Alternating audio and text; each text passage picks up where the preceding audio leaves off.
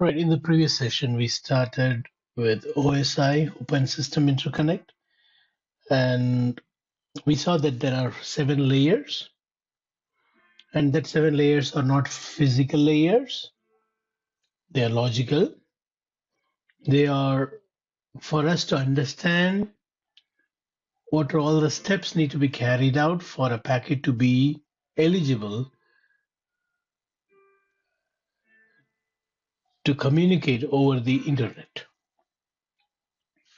Not only internet, even inside a LAN, for any network communication, those 7 functions are important. That too, it should be in that same order.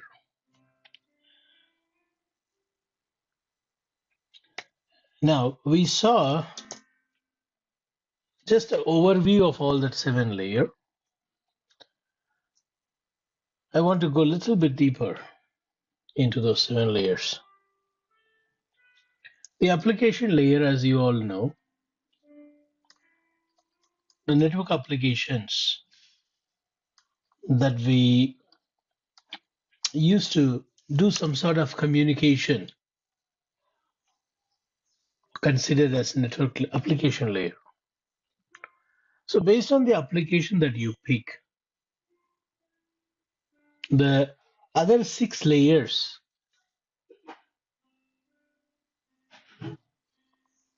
will be determined. So the application layer determines everything below. For example, the application that I am using right now uses UDP. Who provides the UDP service? The transport layer. The transport layer, which is layer 5, is it layer 5? No, it's layer 4. Transport layer, which is layer 4, picks UDP because the application layer has the voice to carry out. The voice and video need to be carried out, for which UDP is the best protocol, not the TCP. Why? We'll discuss in few minutes. But what I'm trying to say here is application layer will dictate the next at least 3 layers. Based on the application that you pick, the presentation layer presents the data with a particular protocol. Like, as I said yesterday, when you open I was telling something like this. A milkman needs a lorry with a big tank. A firewood seller needs a lorry with a big box. That's the environment where the firewoods will fit. The tanker lorry is what the environment in which the milk will fit in. Likewise, when you try to send some file using WinSCP, FTP is the environment in which the file can be transferred. Or if you're opening a browser, the HTTP pages, the HTML behind the screen is what composes the web page for us. So the presentation layer determines how the traffic generated by application layer to be carried out. It presents to the network. And also we spoke about the session layer. Because of the session layer, there is no conflict between two different flow of traffic. See, there can be multiple flow of network traffic right now from my laptop, not just voice traffic and video traffic going on. There are many other traffics. If you open that Wireshark, you will see a lot of TCP packets. Who knows? There may be some attacks going on to my laptop right now as I'm speaking. And my laptop may be mitigating it, or sometimes my laptop may be becoming a victim seamlessly. Whatever. What I'm trying to say is that is also a session, that is also a flow. An attack is also a flow. What is an attack? Your laptop thinks that it's a legitimate packet and it processes, it responds. So that's a session. So that session should not conflict with other sessions. So there is a time frame given to each session. The time frame is maintained by this session layer. And the transport layer next.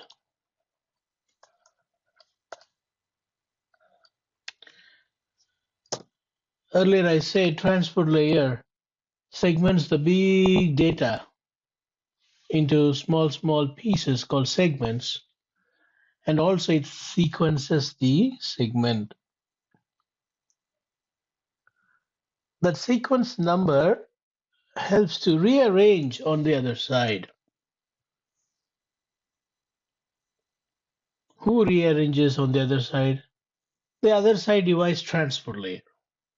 So whatever happens in the sender OSI, the reverse process will happen on the receiver's OSI. Open System Interconnect. Now, these 4 layers are not in our control. I started today's class saying like this: application layer determines the protocol and the behavior of the following layers. This is what I meant. These 4 layers are not in your control. Based on the application that you picked, the operating system is what going to control these 4 layers. I repeat, where is the application layer? Operating system gives you that application layer. When you pick an application, did you say what protocol to be used for to present it? No. Did you set any time frame? No. Did you say to segment? No.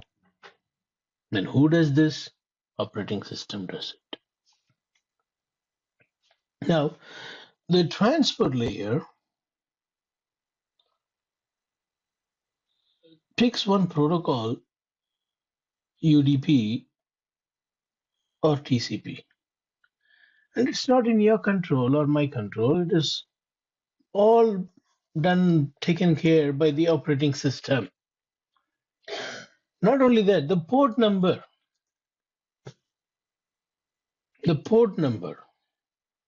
based on the application that you pick. See, you took an application called PuTTY. In India only we call it as PuTTY. It's actually PuTTY. PuTTY is very bad in India. You all know that. So we call it as PuTTY, but it is PuTTY. So let's install one PuTTY. And this PuTTY is an application. You see, it is written the SSH and Telnet client itself. So when I open this PuTTY, come on, open PuTTY. Okay, the PuTTY is open. When I open this PuTTY, this is an application layer, and what is selected here is Telnet. So immediately the source port number you see, and the destination port number is going to be 23. When I say open, the server Is the server on? I don't know whether the server is on. No, the server is off. I didn't on it. Anyway, what I'm trying to say is the port numbers we don't determine. We don't say use this port number for this application.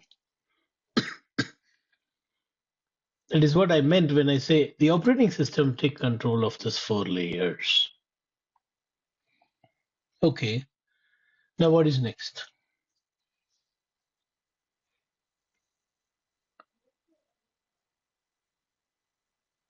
Not only these things, there are many other things like the transport layer will go and check the physical layer, and it will take the capacity of the physical layer, the bandwidth of the physical layer. According to the bandwidth of the physical layer, the transport layer is going to determine the size of each segment.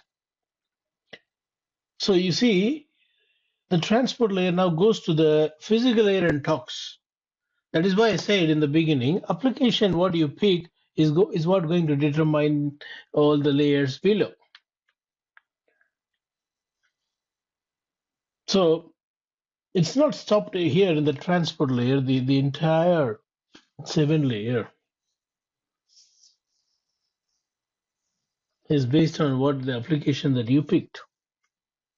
Now next is, in transport layer, we have important thing to discuss. One, the port number. Port number, if you take port number from 1 to 1024 is predetermined. All other ports are not registered ports. From 1 to 1024 is registered. Like as we already discussed, port number 443 means HTTPS. So you cannot use this port number anywhere else because it's already mapped to one of the service. So all the port numbers from 1 to 1024 you no need to memorize, but you should know that port number 1 to 1024 cannot be used as the source port number. The source port number is a random number that the operating system is going to generate, and it will be always greater than 1024, something like this, 5555. But the destination port number is going to be only 23 if you are going to telnet. And who takes care of these things? Again, not you and me, it's the transfer layer. You see, the source port number can be any number.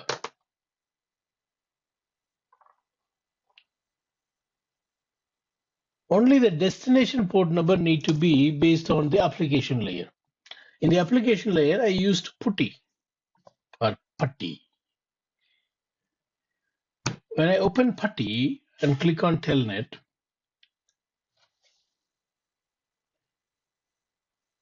what I am trying to do is I'm going to go to the remote computer and say, hey, remote computer, I would like to see you in my place. I want you to emulate yourself and show to me so that I can see you sitting in India. I can see you there in Australia.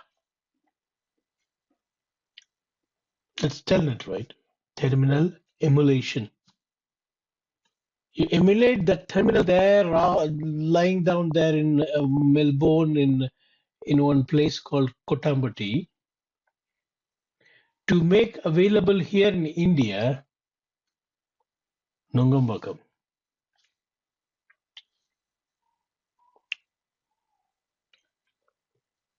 For that, who should understand it's a telnet request? The destination should understand. So the source port number can be anything, doesn't matter. The destination who receives my packet need to know that I'm expecting telnet from him. That's why the destination port number should match with the service that you want. The source port number is always a random port number. And this is taken care by the transport layer. We do not do anything. Next is the transport layer also decides whether to use TCP port protocol or UDP protocol. Now, whenever your application is a streaming application like video, voice, multicast, then you will see the operating system will pick UDP as an option. Streaming, whenever you have some time sensitive communication, TCP is not good. So you want to go abroad. You got 2 days holiday and you want to go abroad. And the holiday starts tomorrow. And you want to go abroad. Definitely you will not go to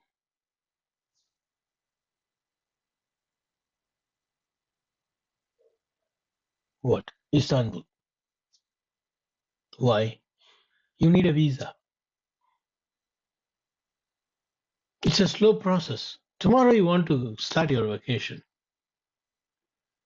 You need to go to Delhi and then apply for visa and get the visa. By the time your holiday is over, you want immediately you want to move from here because next 2 days a holiday. So you may go to Sri Lanka because no visa, it's on arrival visa.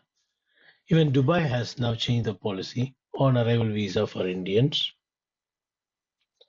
and few more countries are there. TCP is like you take a visa, you apply for a visa, and when they say, yeah, come to my country, by stamping on your passport, by putting a sticker or something on your passport, only then you can go. Otherwise, you cannot go. Though it is reliable, the country itself is welcoming me. But still, I cannot go tomorrow. For my need, I need a country which can grant me visa as I arrive there. So that I just need to take a ticket this night. And early morning I will sit in the flight and there I land and get the visa and enter into the country. That's more faster. UDP is like that. TCP, UDP, both are important. You see, both the visas are used by us. Sometimes you like to take visa beforehand, but sometimes you want on arrival. When you have a planned vacation,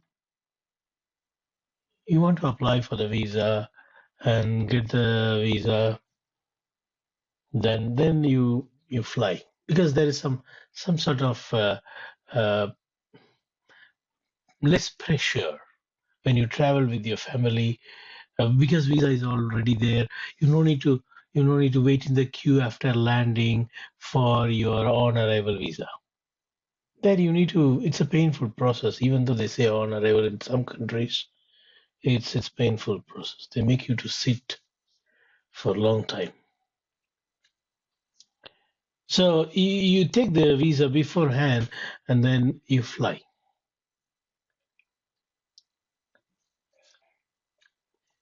100% you will be allowed inside the country because you already got the visa, permission to enter. Likewise, TCP is connection oriented, meaning you apply for the visa and they accept your request and they approve your request and they say welcome to our country by providing the visa. After that only you start from here. That is what connection oriented. First, before you go, you establish a connection with that country. After getting that acknowledgement from that country that I can enter, then you start connection oriented. UDP is not like that. Just pack your things, get the flight ticket, land there. Hopefully, you enter into the country. Not guaranteed. The time that you land there, if there is any blah blah virus there, then immediately they are going to send you back. You're not allowed inside. So UDP is best effort delivery, not guaranteed delivery. We are sending hoping that it will reach. That is UDP, best effort delivery. TCP is connection oriented, UDP is best effort delivery. Why TCP is called as connection oriented? Because it establishes connection before sending the actual data. What is that connection oriented establishing connection before sending data means? It means there is a three-way handshake between the sender and the responder. Let's say A wants to talk to B and B also want to talk to A. Both want to talk to each other. Now let's say A initiates the conversation, but A wants to send something very important. But before sending that very important packet, A sends a SYN packet, synchronization packet. This is the first handshake between A and B. Now the SYN is actually a number, randomly generated number. When I capture a packet while doing some labs, you will notice the SYN. Let's say the number is 10. I'm writing a small number. Usually SYN is a big number, like 7-8 digit number. Now, when the packet reaches B, if B is ready to respond to A, if B is free enough to respond to A,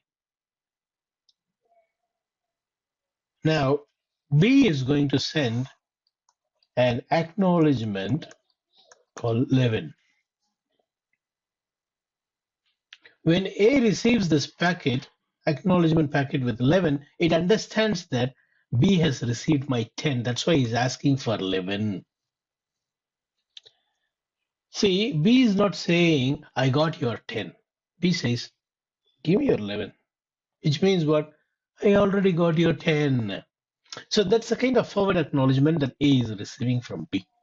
Not only that, I told you B also wants to talk to A. So B is sending its SYN packet here. In that same packet, acknowledgement and SYN comes. We call it a SYNAC. SYN/ACK. SYNAC.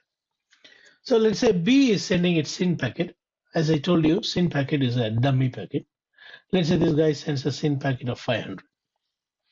Now what A is going to do is, if A is ready to respond to this B, A will say, give me your what? 501. Yeah. So B knows that A knows that B receives my packet and B can respond me. And B also knows that A has received my packet because A said 501. He has received my packet and he can respond me. So both know that we can talk. Both knows that whatever I say, he understands. Whatever he say, I understand. Now let us do the actual conversation. So the actual conversation starts after here, after this. So this is what we call it as connection oriented, establishing connection before communication. This is why we call it as TCP's reliable communication. Why?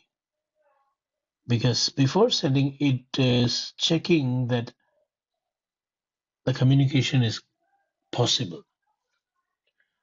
After checking only, it is communicating. So it's a guaranteed communication, guaranteed, reliable communication. But the problem is, if you want to send a traffic, you cannot send immediately. Why? Before sending your packet, this three-way handshake need to be done. So there's going to be delay. Not only that, every now and then, very often, it will stop the conversation between A and B. The conversation will get stopped randomly in the middle, and it will start checking whether still we are able to communicate or not. See, we used to do, no? And we are talking to someone, like as I am talking to you. And when you both are silent for a long time, I need to do this three-way handshake.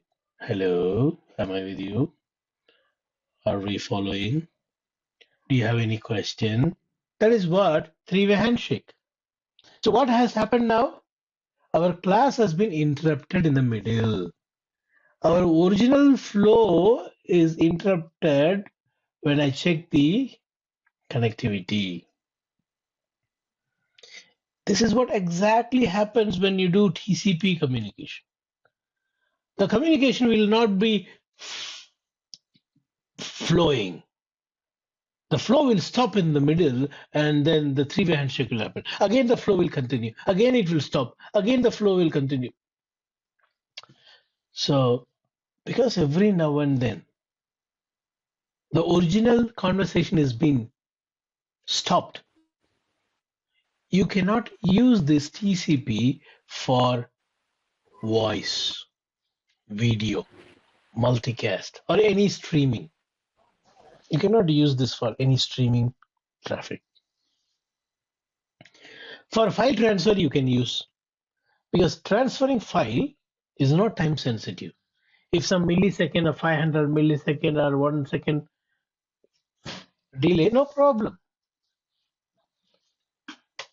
There is no problem. But for the voice, as I am talking to you, you are listening without any break in the middle because there is no TCP involved. There is only UDP, best effort delivery. Okay, so we understood here what is TCP, why it is called connection oriented. TCP is transmission control protocol. UDP is user datagram protocol. User datagram protocol is used wherever there is a fast conversation needed, fast communication needed. Whereas TCP is used wherever reliability is needed, guarantee delivery is needed. Because TCP always wait for acknowledgement before sending the next traffic, next packet.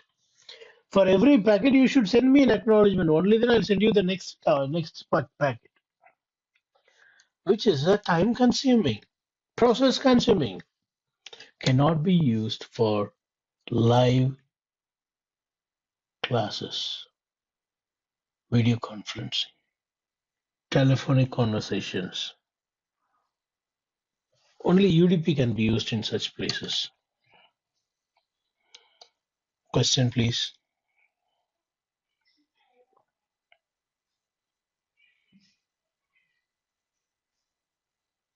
Santosh, is there any question? Fine. So after this transport layer comes the network layer where the source and destination IP addresses are given, and then comes the data link layer where the Source and MAC addresses are given, and then our data is converted into bits and bytes and sent on the physical layer. I would like